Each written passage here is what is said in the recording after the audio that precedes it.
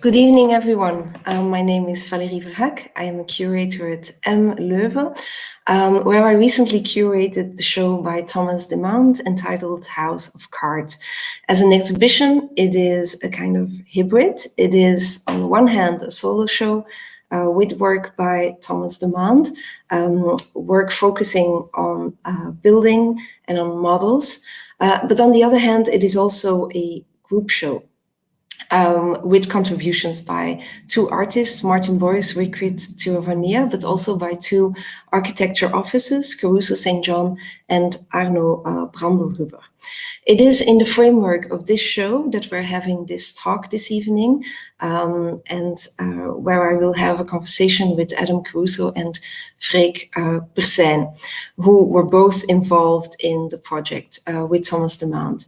I also would like to say at the beginning now already that you can also post your questions during the conversation in the comments below this talk. At the end of the conversation, we will save some time to ask some of your questions as well to Adam and Freek. But so I would like to introduce our speakers tonight, Adam Caruso and Freek Persyn. Adam and Freek. So Adam Caruso, who is the founder of Caruso St. John Architects, an office based in London and Zurich. Caruso St. John has collaborated with Thomas Demand multiple times, and in the show at M. Leuven, we are also showing some of these projects. For example, the Nagelhaus from 2010, but also the quite recent Quadrat pavilions that are actually being constructed right now in Denmark. Our second speaker tonight is Freek Persyn, who is an architect based in Brussels, affiliated to the Brussels-based office 51N4E. And Freek, who I had the pleasure to record an episode of our Dutch spoken podcast that we made also in the framework of the Thomas Demand show, and which is currently still available on the website of M. Leuven. Past years, both Adam Caruso and Freek Persyn have collaborated together on the architectural proposals for two museums in Belgium, and those proposals are actually the subject of our conversation this evening. The first proposal was a proposal for Canal in Brussels. Canal, a museum in Brussels, which was born in the context of a 10-year partnership between the city of Brussels and the French Centre National d'Art Moderne, Centre Pompidou. Canal is located in a beautiful building in Brussels from a car brand, actually, the Citroën building. Will house a museum of modern and contemporary art, but will also host the collections of the SIVA Foundation, which has a collection of architecture and urbanism. And it will also accommodate many public spaces with a range of functions, including several stages for the performing arts. Adam and Freek collaborated on a proposal for Canal, which is entitled The Soft Museum. The second proposal that we made was for another museum in Belgium, which is called a museum for contemporary art, film and visual culture in Antwerp. It is an institution of the Flemish community, and there they developed a proposal which is called the Productive Museum. Unfortunately, both proposals will never be realized, but we will talk about them this evening. So welcome, Adam and Freek. Very happy to have you here. My first question, for which we have this slide prepared with a sort of a summary of all the collaborators. Well, my first question maybe to you, Adam, is very straightforward. How did you start collaborating together? A short question. So there's an echo with my voice. I don't hear an echo, so it's fine. actually, Freek and I met years ago. I don't remember the exact date, in connection to a project in Tienen, where 51N were doing a master plan, a really interesting master plan, and we participated in a competition which we actually won for an art school, but which we withdrew from very quickly afterwards. But I do remember meeting a very young Freak on site there, telling me about the project, and he would have met a younger version of me as well there. Um, uh, but in terms of these two museum projects, actually, Freek got in touch with me, and first it was through a mutual friend of ours, Dominique Boudet, who actually an amazing French-based journalist of architecture. He was the editor of Monitor for years, and was a real great supporter of our practice in its early years, and I think the same for Freek's practice. And he kind of said, "Is it okay if Freek contacts me about this possibility?" And I said, "Yeah, of course." And so we talked, and we decided to do the canal competition together. I thought there was a real sense, because we'd been asked by other people as well, but I thought that really the interests and competence, in a way, of our two practices, there's enough overlap that you could imagine the conversations being really constructive, but there's also enough diversity so that we would each bring something different to the table. Especially in the canal project, I think, where the sense of the city and of urbanism and the way in which one can engage with different constituencies in the city seems such an important part of the project. And I thought that, the kind of work that 51N were doing in the city, and the way in which they were, in such an interesting way, consulting with different constituencies, that would be a really, really interesting other way into the project. And I guess for Freek, we were bringing quite a lot of experience working with arts institutions, especially contemporary institutions, experience of the art world. Well, the next image we have is a work by Thomas Demand. It is called Museum Age 64. It is an image from his Model Studies 2 a series from 2015. It is an image that ultimately did not make it into in Leuven, but that is maybe relevant in the framework of our talk, in the sense that it shows a detail of a model for a museum building. Well, my question to you, Freek, would be, what contemporary art museum building do you consider being a success, and why? Yeah, it's an interesting question. And in a way, it's maybe a response that you wouldn't expect from an architect, but actually my personal experience, and also in general, the success of art in the past decades is very much related, and for sure in Flanders and in Belgium, to art in spaces which are unadapted. And for instance, Belgium has a strong tradition, you could call it, in art in public space, going outside of the confines of the museum.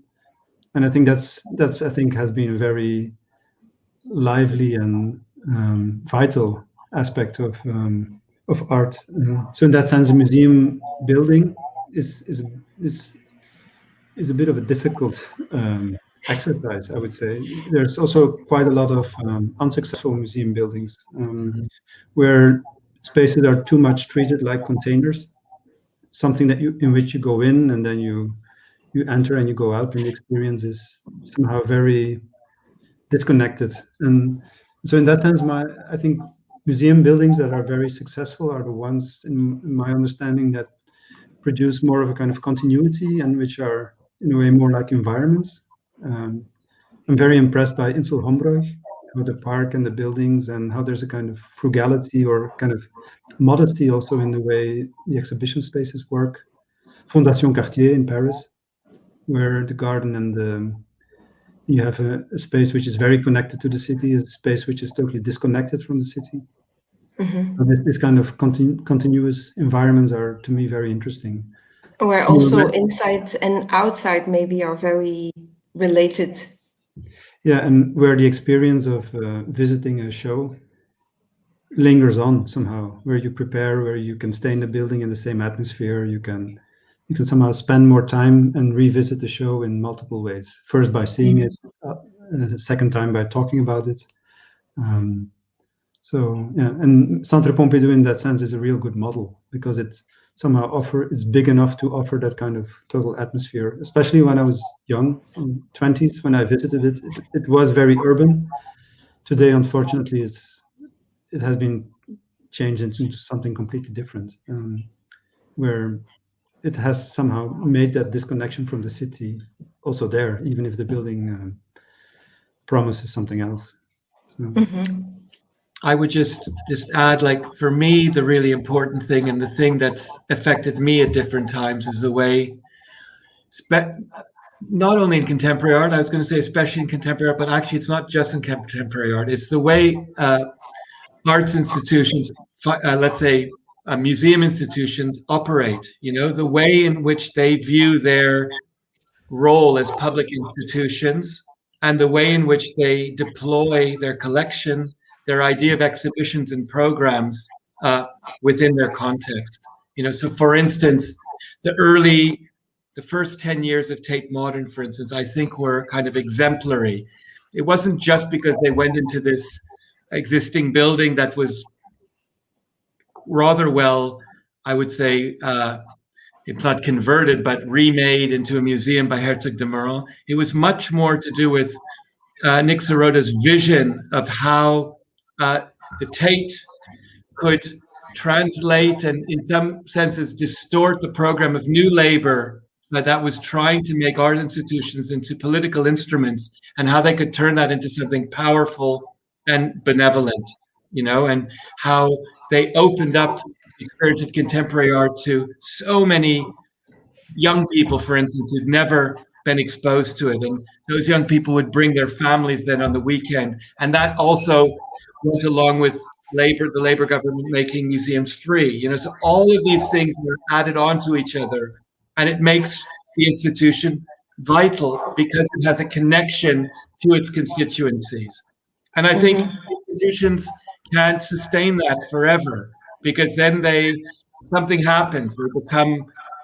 They become conservative, or they're forced, you know, they're too successful and they pursue the same things because they seem to be successes, but they're no longer as acute and as relevant as they were when they were introduced programmatically. And I mean, there's other examples, but to me, that's what's really interesting. And when we get to work with institutions that have that sharpness, that's the real interest, actually. You know, I agree with what Freek was saying, that you can see an amazing show in a completely unmade space or context if it's curatorially and institutionally embedded in the situation of that show.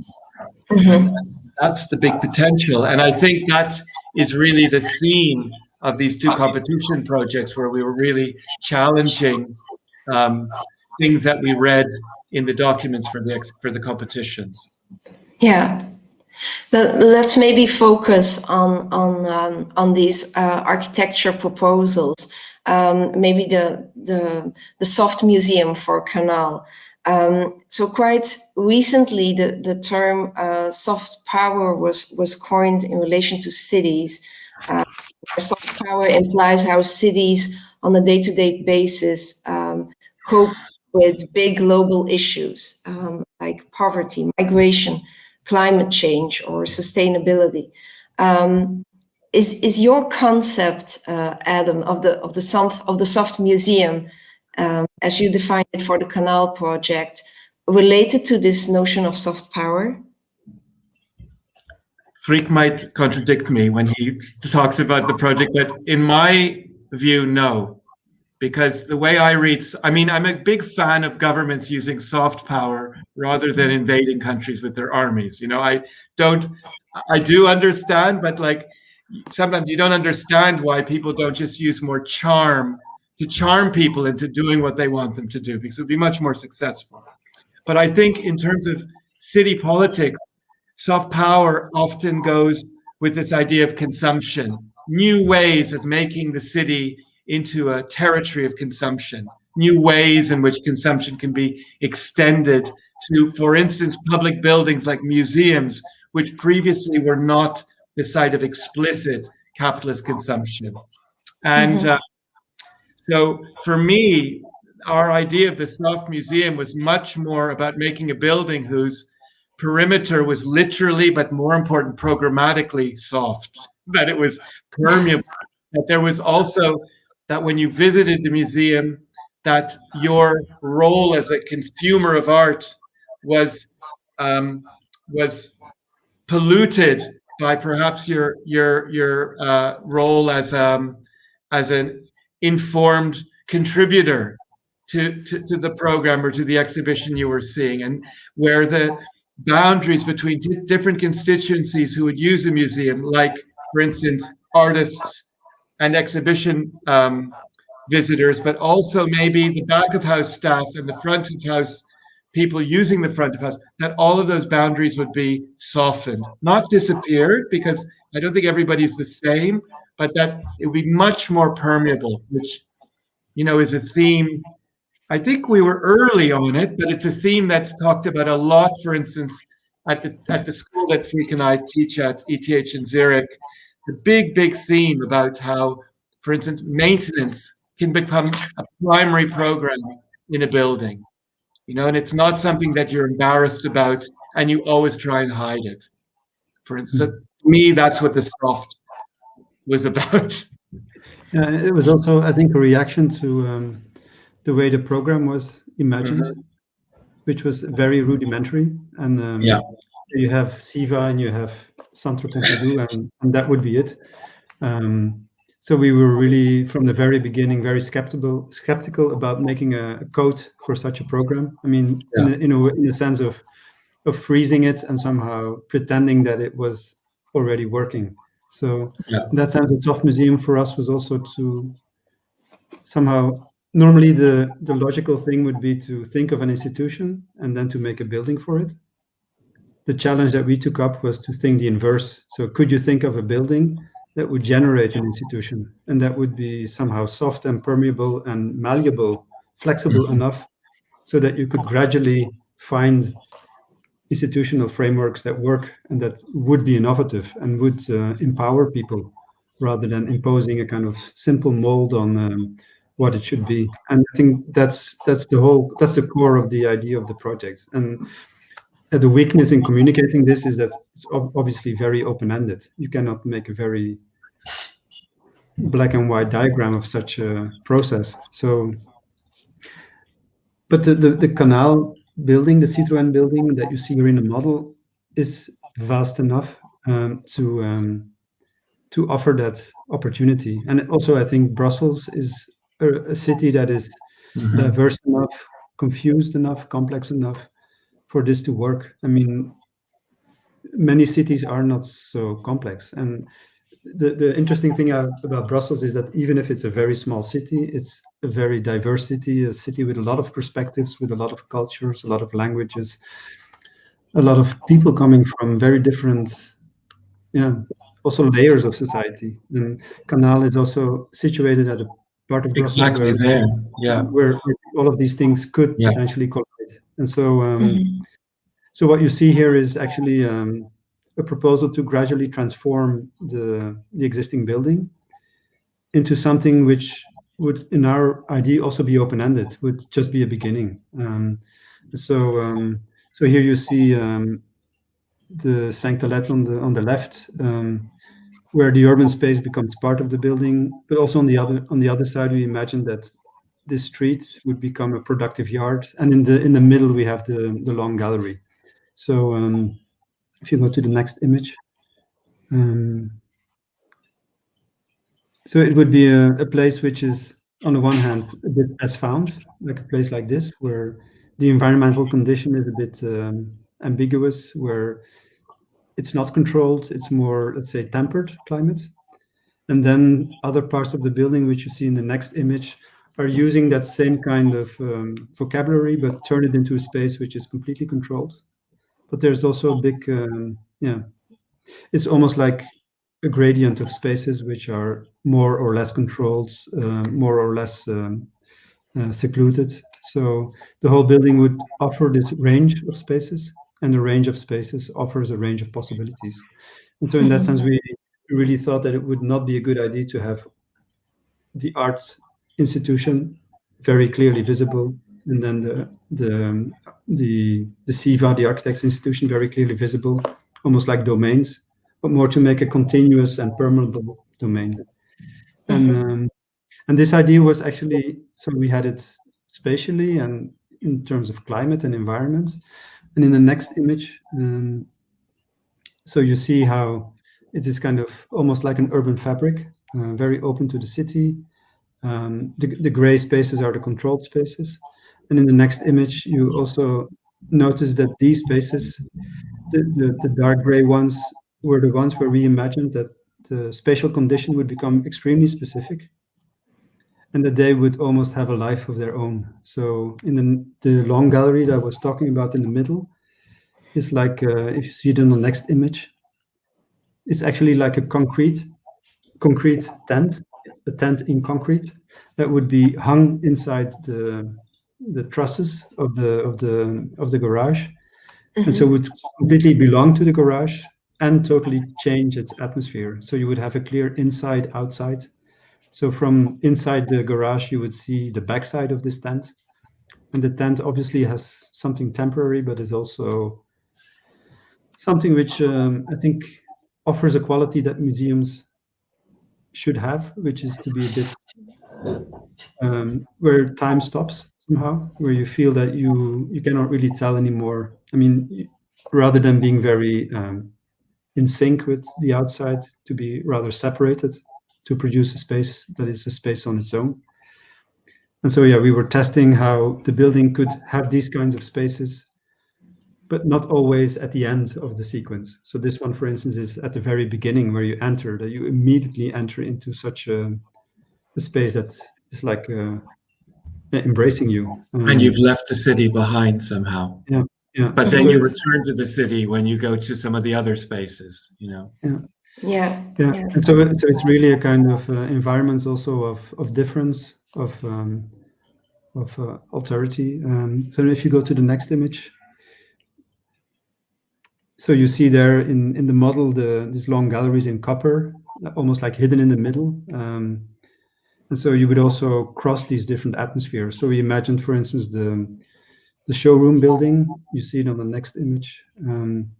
Really like a city room, like a place which you could start to use immediately. So also in terms of process, we thought that this building should not be closed. I mean, that it would already from day one be active, and maybe you would do the renovation 10 years later. So that you would have this kind of totally different temporality. And what I thought was a very interesting idea of this kind of different spaces inside the building was that we called them quasi institutions. So they would be institutions, but more behave like institutions than really be institutions. And the idea would be that I think maybe in the next one you see one. You have these pockets inside the building, which would have their own curatorship, where you entitle people to run them, and where you run them in a time span which is not the time span of the permanent exhibition, and also not the time span of the temporary exhibition, which is often just a rotating show of 3 months, 5 months. So the idea was that you could have spaces like this, which would be maybe for 5 years, dedicated to a certain curator, could be an artist, could be a collective, and that people could really make bigger investments, but also test them out, live with them, so that it becomes almost like a village of different occupations. And I think this was the idea that when we coined it to Thomas, that he was really, really in favor of it. And I think it was also in relation to when we visited Thomas together with Adam. It was in Venice, where he was making the show in the Prada Foundation, which had this similar kind of total environment. It was not just artworks, but also the space was manipulated. There was sound, there was a program, there was people doing coming out of theater. So it was this kind of ambiguous, and also where people changed their roles. And that was very, very exciting to think of a museum that could generate these things. Yeah, because Thomas Demand actually also made a contribution. He was involved in the elaboration of the museum proposal for Canal, as you just mentioned. Now, what was his contribution exactly to the Soft Museum? Well, in the beginning, I think he was like sounding board. He was giving feedback, and he was saying, "What can I do?" Yeah. The contribution was not at all this kind of art integration. It was more being part of the team, but in a very loose way, and being critical, being constructive. But then once this idea of the Quasi institution came up, he really took it up to almost test it in his head and also test it in reality. So he started sending us references of spaces like that. Marcel Broodtaerts in Brussels, who made his own museum, Musée des Aigles. And then the actual contribution was when he was living in LA at that time, and he was sending us the picture that you see next. So the one of the spaces that he proposed. So we imagined one space. So that if you look at the space in the image before, where we would cut out the floor that was added later, and we would make a round space, which would be like a reenactment of the initial state of the building. So almost like what was the garage in the initial state. And based on this idea, he came up with the idea of asking Ed Ruscha. And so the car that you see in the image is also the car that you see in the image that follows. So you could go next. And that's actually the yard of Ed Ruscha, who collects these cars. Yeah, he collects all the fixes cars. Yeah, so it also shows this kind of the painter of the gas stations. Like he's a totally 20th century guy. I mean, who's you would say the fossil fuel artist. So the idea was that the first exhibition would be an exhibition that would start with Ed Ruscha, but not necessarily with his paintings, but more. It was called, if I remember well, it's the Museum of the. It says no. It was the Museum of the Combustible Engine. Yeah. And then the next image is a painting of his, which was triggering this idea in Thomas's head of to have an exhibition of. And I think it's interesting that the place that the show is at is also like it's historical, and it's critical, and it's contemporary, and it would feed off the site it is. And I think Thomas was very, very strong about the idea that museum should dare to make something which you can only see there. And that's where the longer production time would make that feasible. Because of course, if you have a show that can only show for 3 months, you have to make it travel the world, because otherwise it doesn't pay back. And so he was somehow looking, I think, very interestingly for conditions that would allow him to do something else, to have more time, to invite more people, to somehow let an idea come to life almost en public. So to think of something, to try it out, so growing up in public somehow. And in that sense, it was extremely interesting, like a prototype for what the museum could be, where you are very open about the fact that you test and that you develop, and rather than try and show off and be the next, to be, or rather than trying to play in the league of the big ones, to create your own league somehow. Yeah. So we've been through the ideas of the Soft Museum, but maybe Adam, you could tell us a bit more how the soft museum is different from the productive museum, the proposal you then made for the Antwerp MUCA. I mean, there was a lot of overlap, I would say. And I'm going to read something that Freek forced me to write right before we submitted, but I'll do that in a second.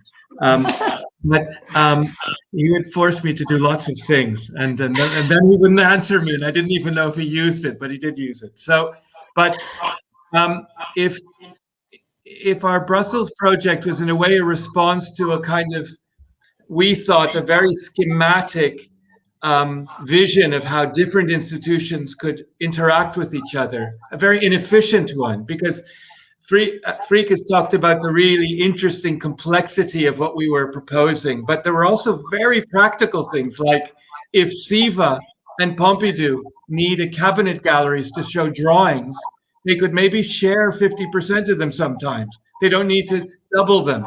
It was also at that level that if you have so many hectares of space, maybe you can program 4 years in advance to sometimes share space, to sometimes move this way and that way. And it was amazing when we presented it, the director of the Pompidou just looked at us and said, that's not possible. It wasn't, and the reason he said it was because it would be against their brand, you know, which to us was so depressing. So I think in Antwerp, we were stepping into a very different situation, because the institution, which really comes out of the spirit of 68, and whose current director, although he's not that old, seems to embody some of that spirit too, whose collection policy is really paradigmatic in some ways, in that it's a Flemish national collection, but it collects non-Flemish artists. It recognized issues like post-colonialism really early on. It's had great shows. So we were inspired by that in a way. And so many of the same ideas carry through, but we thought we were much more presenting to an audience that would know what we were talking about. The thing I wanted to read was that just before the submission, Freek's office was putting together the report, and he said, Adam, could you do an intro and an outro? And I said, what? And he said, just write one. And so I wrote an intro and an outro, and then in the report, he reversed them, and he used the outro as the intro, and the intro as the outro. But I'm going to read what was the intro, which is very short, but I think, and this is an image across the river of our project. So the exhibition was challenging, to say the least. Does there even exist 1,000 years of Flemish art in our Cézanne and Matta Clark Flemish? The densely conceived show established its ambition immediately upon entering the forum and unfolded in the lofty industrial scale floors of levels 2 and 4. An alternative telling of the story, twisted like a delicate strand of DNA, installed in the more intimate spaces of the chapel and within the cabinets on level 3. The curatorial voice receded in these parts, and one was confronted with the naked beauty, not always comfortable, of the art objects. Exhausted, elated, and with my mind whirring, I made my way up to the rooftop cloud. The driving wind and whipping clouds of late afternoon Antwerp sky had been transformed into a hypnotic loop that formed a sympathetic backdrop for Pierre Huyg's evocation of the Anthropocene, which kept me company while I sipped my bitter hot chocolate. So that's the experience of seeing a show, a kind of a show, which is a big show about Flemish art, let's say, which is organized on major floors in a way which one understands as a major temporary exhibition, but where there's a strand of DNA which allows maybe a highly interpreted or a highly uninterpreted version or strand of that show to be simultaneously in the galleries. So I'm quickly through these. Go to the next slide. Next slide. There's this echo, but anyway. So this is a model of our scheme, a study model. And you can see that our project is it's a bit like the Pompidou, but 50 years later and without any rhetoric. So whereas the Pompidou's image is completely about this rhetoric about being a machine, our project is just a structure which gives you a set of different kinds of spaces. And you can see there are these truss spaces which span the full width of the site. And then underneath each of those spaces is a clear span, which are the major spaces. And this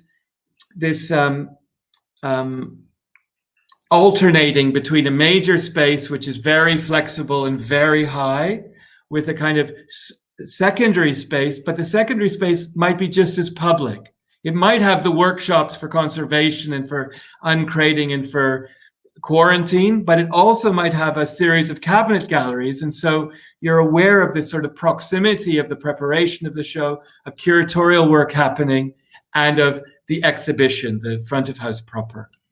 And you can see on the top, there's a kind of exquisite corpse made in sandbags on the top, which is a kind of our attempt at making it's based on a Louise Bourgeois figure, and it's lying supine on the table of our structure. Next slide.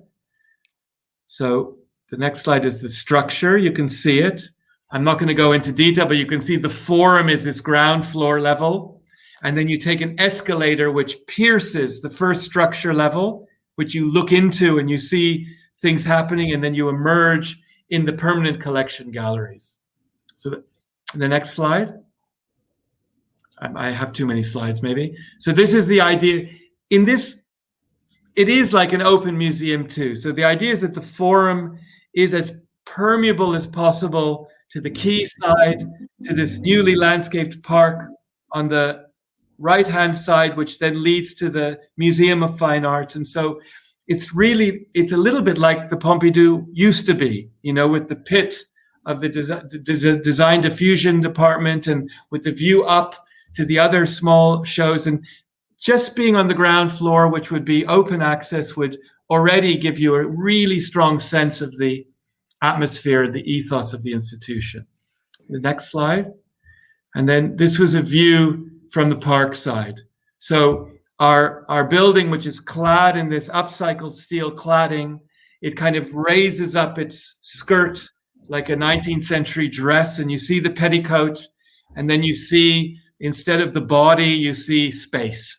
And it's inviting you to come in from all sides. And even the loading, which clearly has to happen at this level, is part of this kind of dramaturge of the ground floor. Next. This is the ground floor. I won't go into it. Next. And then this is back one. This is the first major floor, right? So it's a kind of enfilade of galleries for the permanent collection. But you can see where the escalator is going up, starting this polygonal shape, which is this chapel, which is this other series of spaces, which goes through the building and which gives us an alternative curatorial methodology in and amongst the permanent collection. The next. So this is a view of one of the permanent collection galleries. Next. And then this is the in-between floor. So you see you're going through with the escalator, but you're passing toilets, but also workshops. And next. And these are the workshops, which you might catch a glimpse of from the escalator. And next. And then this is the temporary exhibition floor, where the chapel is like a kind of impurity, which is gathering things around it. And this floor can be organized however it needs to be. Next. However. Next. And this would be, say, a Douglas Gordon show. But then there's the chapel, which might have a kind of history of time-based media, or a kind of special work by Douglas Gordon, or a series of works chosen by Douglas Gordon from the collection, which you can see in parallel with this major show of his work. Next. And then you emerge in this cloud, which is a ETFE kind of bubble, which is kind of obviously connecting far more than Freek and I have ever done before to literally late 60s happenings and kind of sense of emancipation and freedom, the better aspects of it, because there were lots of bullshit aspects of that stuff too. And the next image. And this is where the staff might have a meeting. There's a Pier Huig work, which has been installed maybe for a year and a half. So it starts to grow. And also there's a cafe where staff and public can share and have this sense of the weather along the river, but protected by this kind of semi-conditioned space provided by the bubble. And next. And then this was the image on the river of this kind of structure, which is wearing this kind of textile cloak of upcycled steel. I mean, I wasn't even that aware of the work of Ellen Atsui, but clearly it's completely connected to that. And actually the Maumeister made that point and he nodded and understood that. And we were really trying to make an image that dealt with issues of post-colonialism, upcycling, that was somehow trans-historical, somehow. And this competition, unlike Canal, we didn't lose in the presentation. The presentation felt like it went very well, and kind of we won this competition, but the competition was cancelled then. So that's what happened here, and why that happened is a long, and opaque story. A very disappointing one.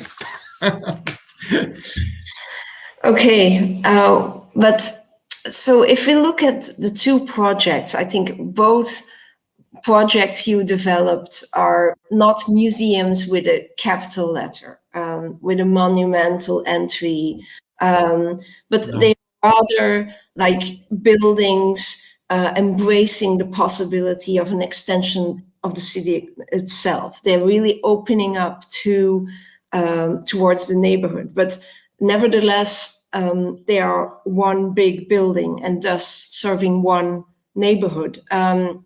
Don't you have the feeling that the museum could be split up into smaller units, spread over the city, and thus serving and vitalizing different neighborhoods, for example? Freek? Yeah. Yeah. Yeah, I think it is true that especially also in Belgium, in Flanders, there's many interesting smaller cities. So I don't know what this is. Yeah, it also looks nice. So this idea of a distributed museum, I think, would really work, and it would also offer a very different model than what you have in France. I think I think the reason why this model doesn't work is that I think also in the cultural sector, just like any other sector, there's a problem of sectorization, I think, of everyone trying to sit on its island and to defend it. And for instance, if you look at this building, I think this building would become much more interesting if you would also consider it as a school, or also consider it as a kind of even like it could house so many things that are related to life, and where art can play a role in saying something about that life and being a kind of learning environment. And I think that this is where so you had in the 70s, 80s the idea of the cultural center, but I think the problem with that model is that it really caters for a local audience only. So if you have the model of the cultural center, but also trying to say something on an international level, or try to appeal to an international audience, or to visitors, or to tourists, I think you could come very close to what a distributed museum in Belgium could become. But the problem is that things are a bit too separated. So you have a special cultural center only for the local population, and then you try to have a big museum for the tourists and for the big Flemish collection, and somehow to merge these things more, a bit like Soft Museum is proposing, would allow to make so many cross connections, and to build a culture where the local learns from the global and vice versa, and where you can also come in and perform different roles. But I think it's very interesting that the Flemish collection today doesn't have a house somehow.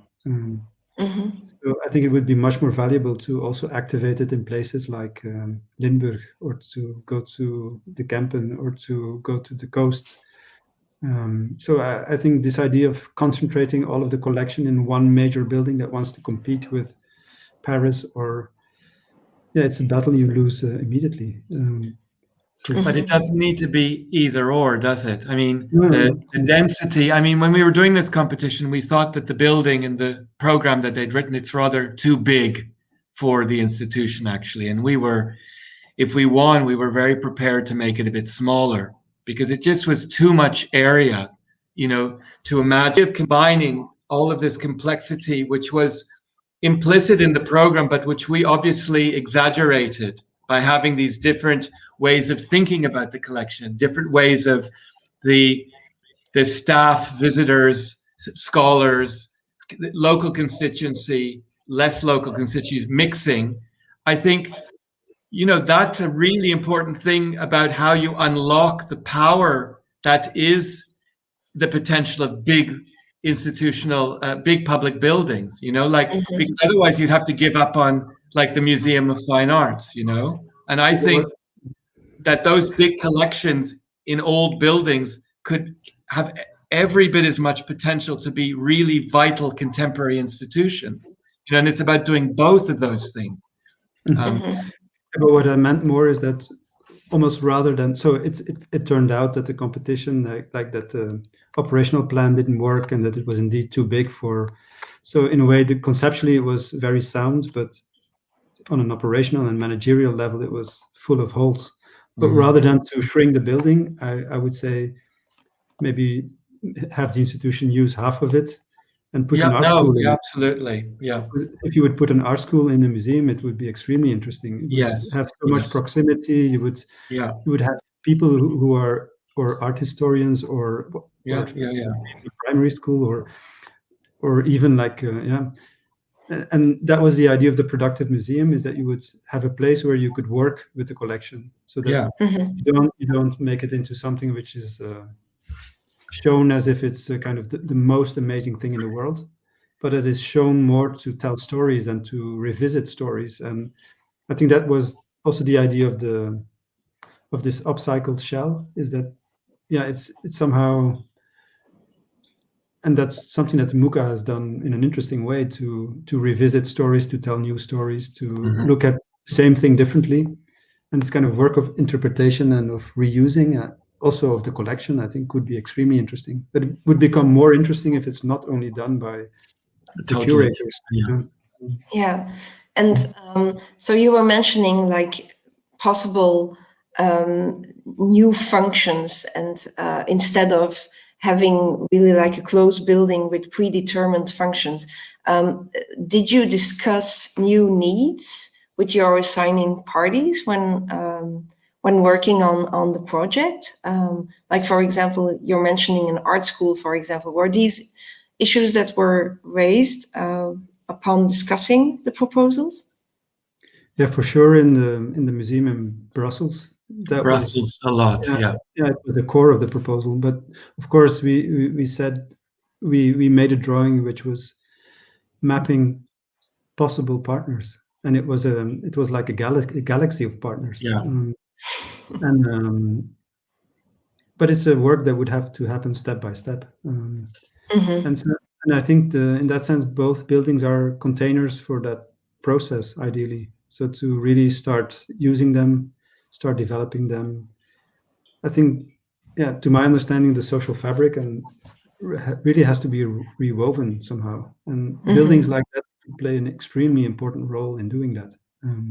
Because art offers a kind of safe space also to do that, because not everything is purposeful already. So it somehow offers a space to think more freely, and to come with questions rather than immediately with answers. But that's also what I meant about the comparison to the Pompidou. Like the Pompidou, all of the floors are equally massive, but then the floors are designed to be able to be moved, which of course you would never do because it's impossible once you've moved into the building. Our museum has lower floors, like 5-meter floors and 8-meter floors. And both of those, the low floors and the high floors, can be used in a conventional museum way, but also can be used, as you see in this image, in all sorts of ways. So it's easy to imagine this workshop being artist studios, being a classroom. All of those things are easy to imagine.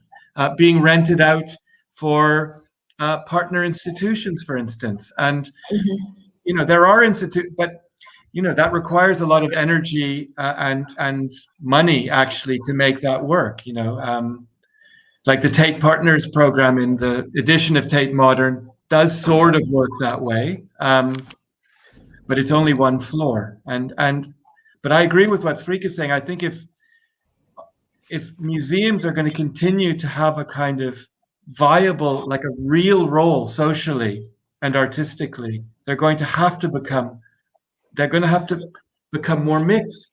That's the only way that they can start to tell stories which have a kind of relevance to their audience. It's the only way they can reinterpret, because a big problem with institutions is that curators just talk to themselves within the institution and then between institutions. And I've been in situations where I can't believe what I'm hearing, working on a temporary exhibition design.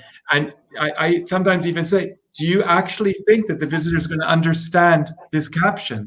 I mean, I studied art history. I only barely want to follow what you're talking about. This is not interesting information, but they're so kind of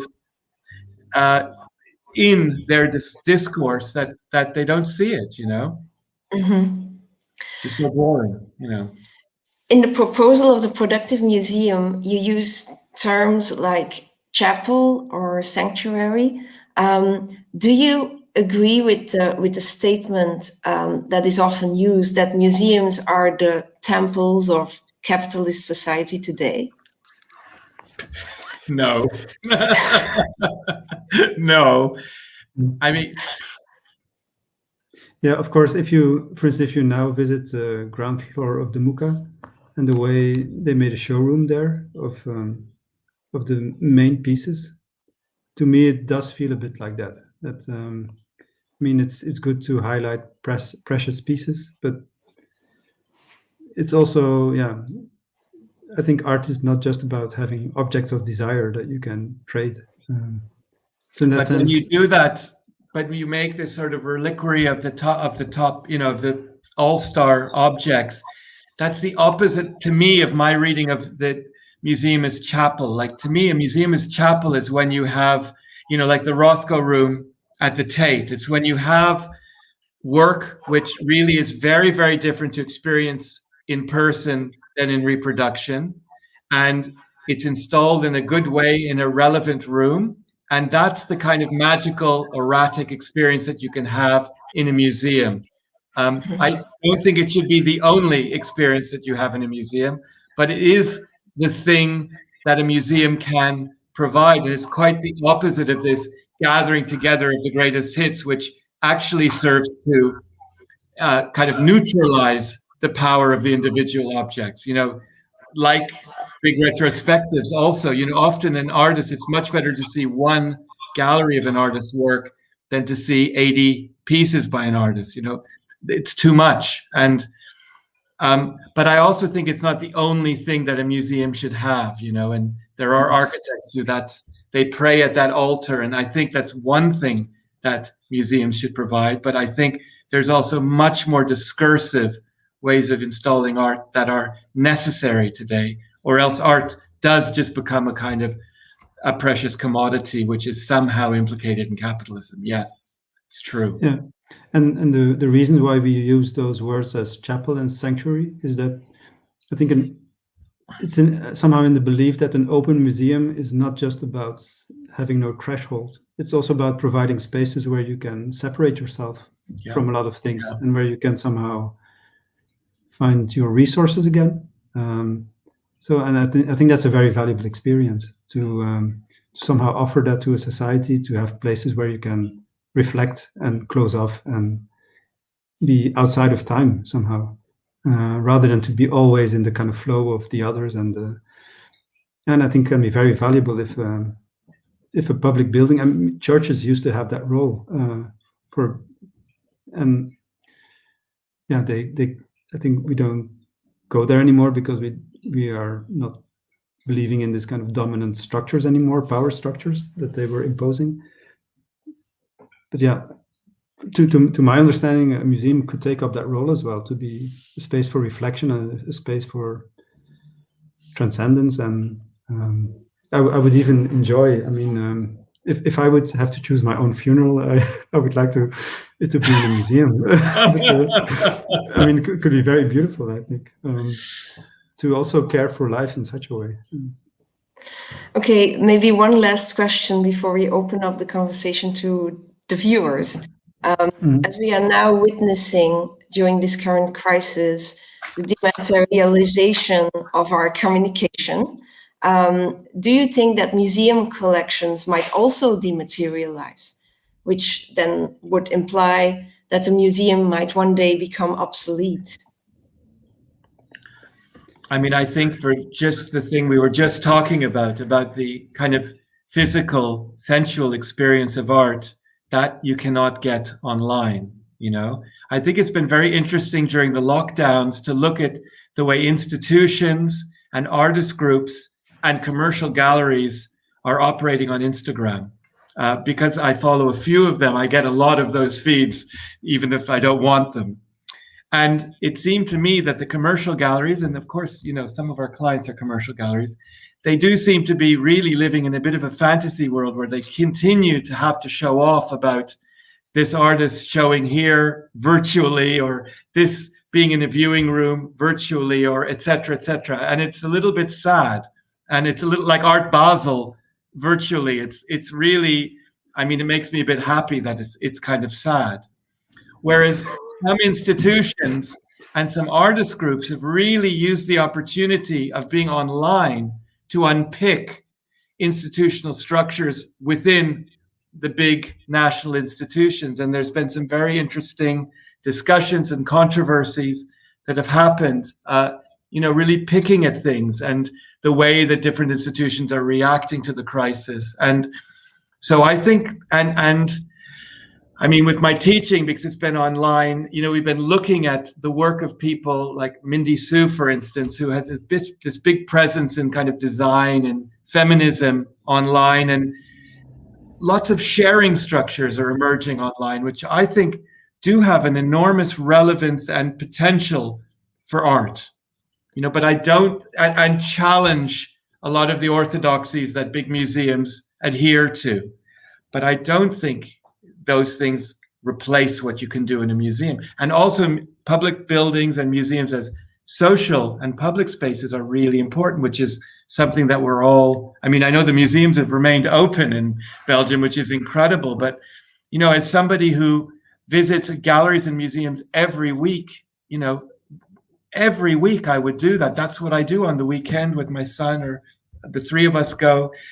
I really miss it. You know, it's like I'm missing a sustenance. And of course, living in London is annoying in many, many ways. But the way it's really great is that you can choose special shows that you really know are going to challenge you, you know, and that are not necessarily swamped with people. It's a great thing. I think there's plenty of places in Belgium actually where you can do that too, because there's an interesting art scene and people are very interested in the vitality of the scene. So I think you will need them. I don't believe that everything can be virtual, you know? Yeah.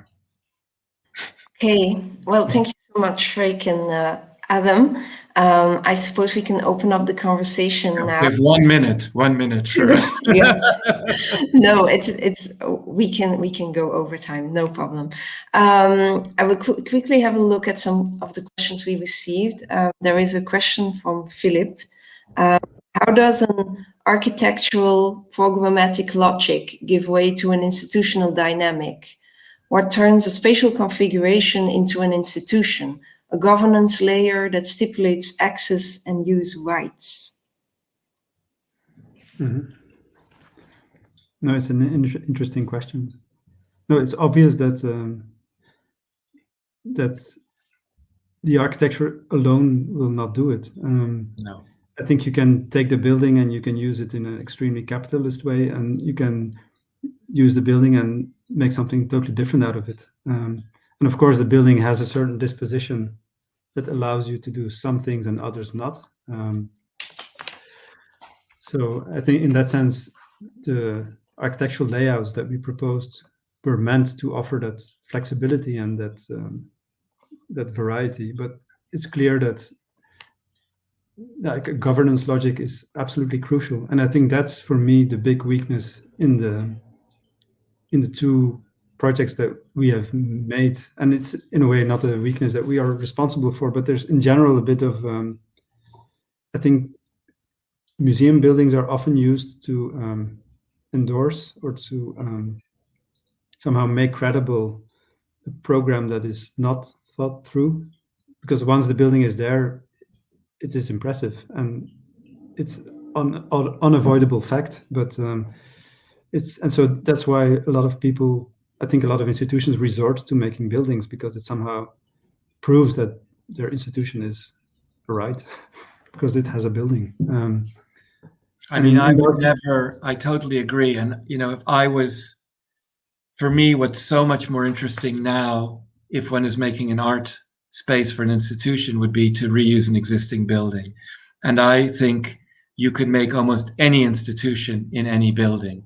And the really important thing is the institutional, the vision, but also that it's a robust thing that will respond to the facts as they unfold. And often the difficulties of a building in a good institution brings up fantastic shows that have really powerful experiences because of that difficulty. I'm not saying one should make a building that's inherently difficult, but sometimes surmounting difficulties in a building is what makes a project really, really memorable. And I think now more than ever, because of so many questions about received wisdom, that are out there, that we really need to be scrutinizing institutions. And I think when an institution then needs to make itself spatial, architecture has a role to play. But I also think there's not that many architects who are interested in playing that role, because it isn't about architectural rhetoric. It's the opposite of that. Mm-hmm. Well, I think it's a nice question to close the evening with. I would like to thank you so much, Adam and Freek, for accepting my invitation. I would also like to thank you, viewers at home, for your attention.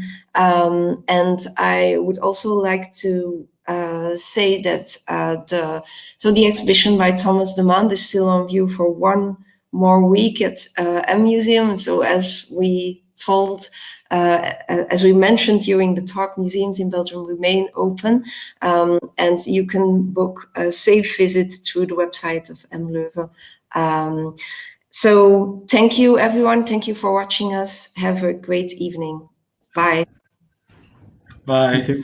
Bye-bye.